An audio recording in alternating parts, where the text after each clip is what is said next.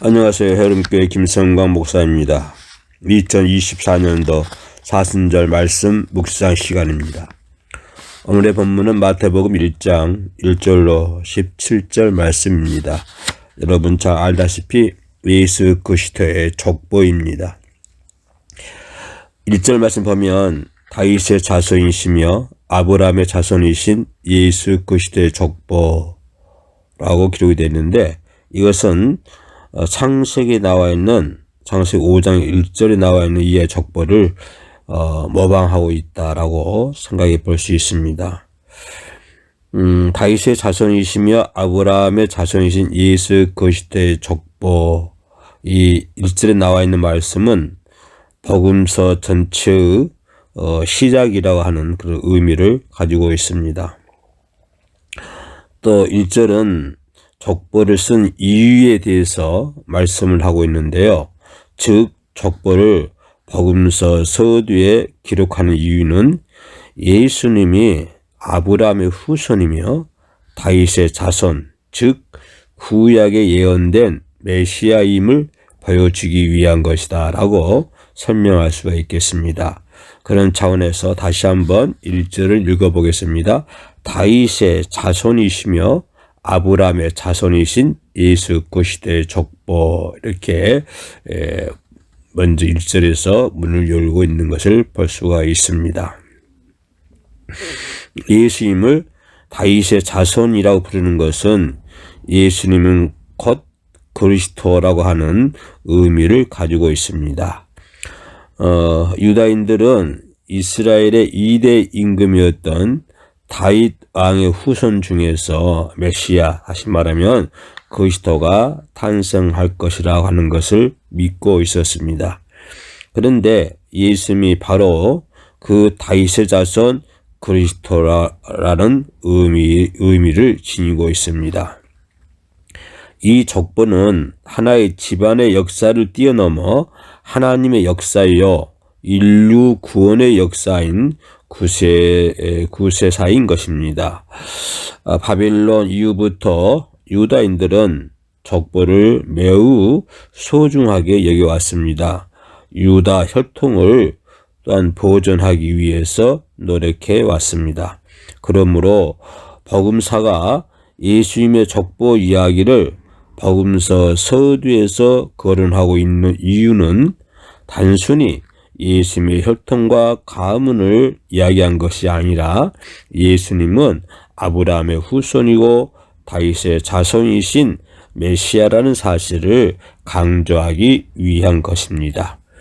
그래서 하나님께서는 아브라함과 다윗의 역사를 인도하셨고 그들에게 특별한 약속을 주셨는데, 이제 예수님 안에서 그 약속이 성취되었음을 강조하고 있는 것입니다.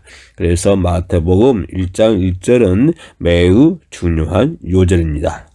예수 그리스도는 하나님의 말씀으로서 사람이 되신 분이십니다.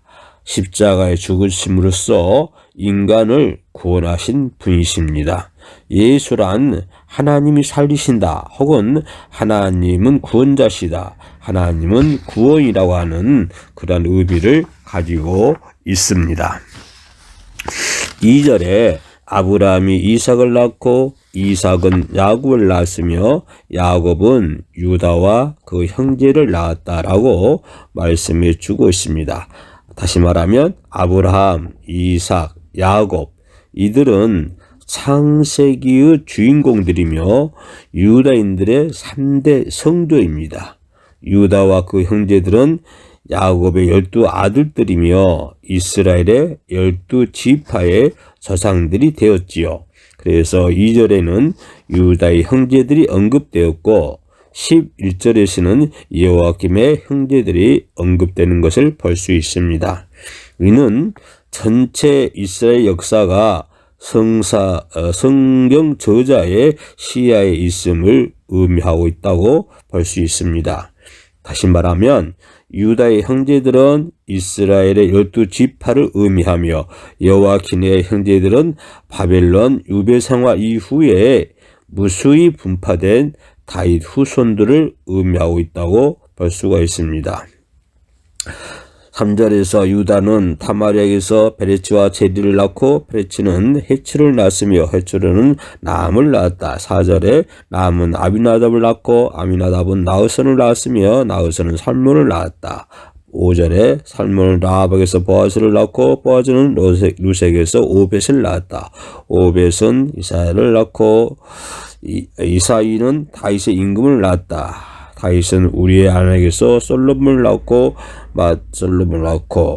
마태오 복음서 족보는 남성들의 족보다라고 얘기할 수 있습니다. 그런데 족보를 정결 지을 마리아에 앞서 4명의 여인이 등장하는 것을 볼 수 있습니다. 바로 3절의 타미르, 5절의 라합, 6절의 우리의 아내 바세바입니다. 어째서 이 여성들이 예수 그리스도의 족보에 등장할까요?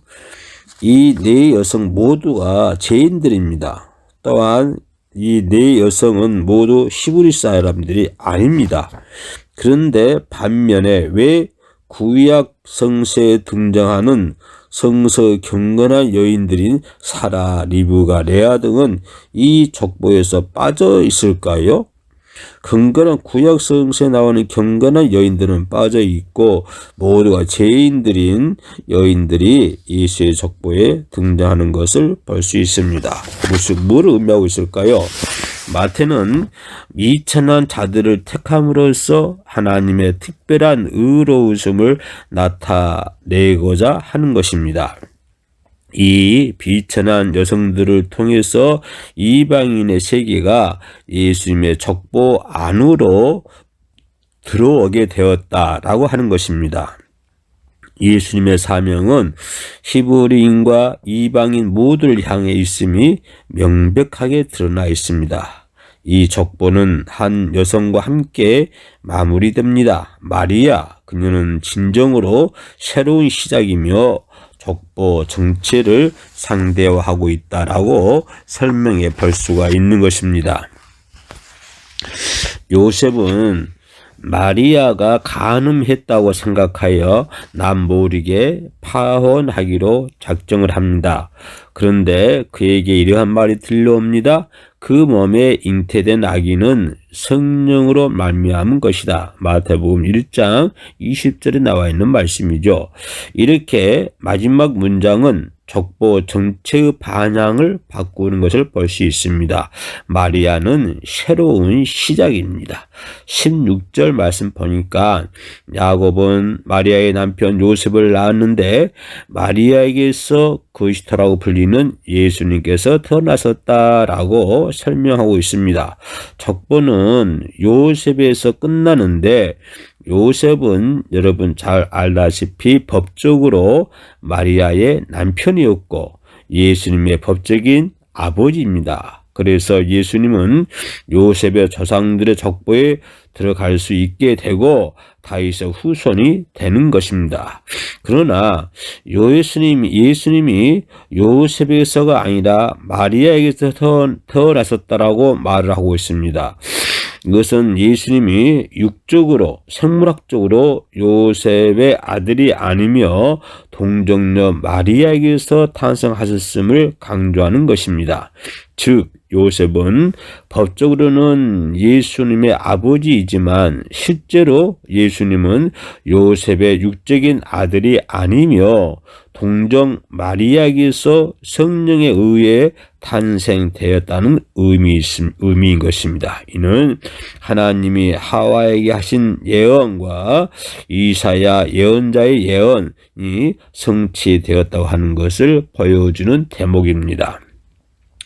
창세기 3장 15절에 여자의 후손이 나와 있는데 이사야 7장 14절에 젊은 여인이 잉태하여 아들을 낳고 그 이름을 임마누엘이라 할 것이다. 17절에 그리하여 이 모든 세대의 수는 마태복음 1장 17절입니다.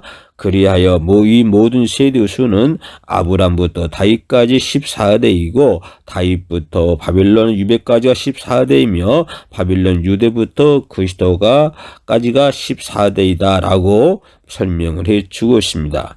마태가 제시하는 족보는 14대씩 세 그룹을 이루고 있는 것을 볼 수가 있지요. 첫째 그룹은 아브라함에서 다윗까지 거슬러 올라가고, 둘째 그룹은 솔로몬에서 바벨론 유배까지 내려오며, 마지막 그룹은 예수님까지 거슬러 올라가는데 그분에게서 약속이 실현되는 것을 볼 수 있습니다. 영원히 존재하실 임금은 사람들이 다윗을 모델로 삼아 생각할 수 있었던 것과 완전히 다른 방식으로 등장하는 것을 볼 수 있습니다. 14대씩 세 그룹을 형성하는 족보는 임금이신 그리스도에 대한 참 복음이라고 말할 수가 있습니다. 역사 전체는 그분을 향하고 있고 그분의 왕자는 영원히 존속될 것입니다. 감사합니다. 샬롬.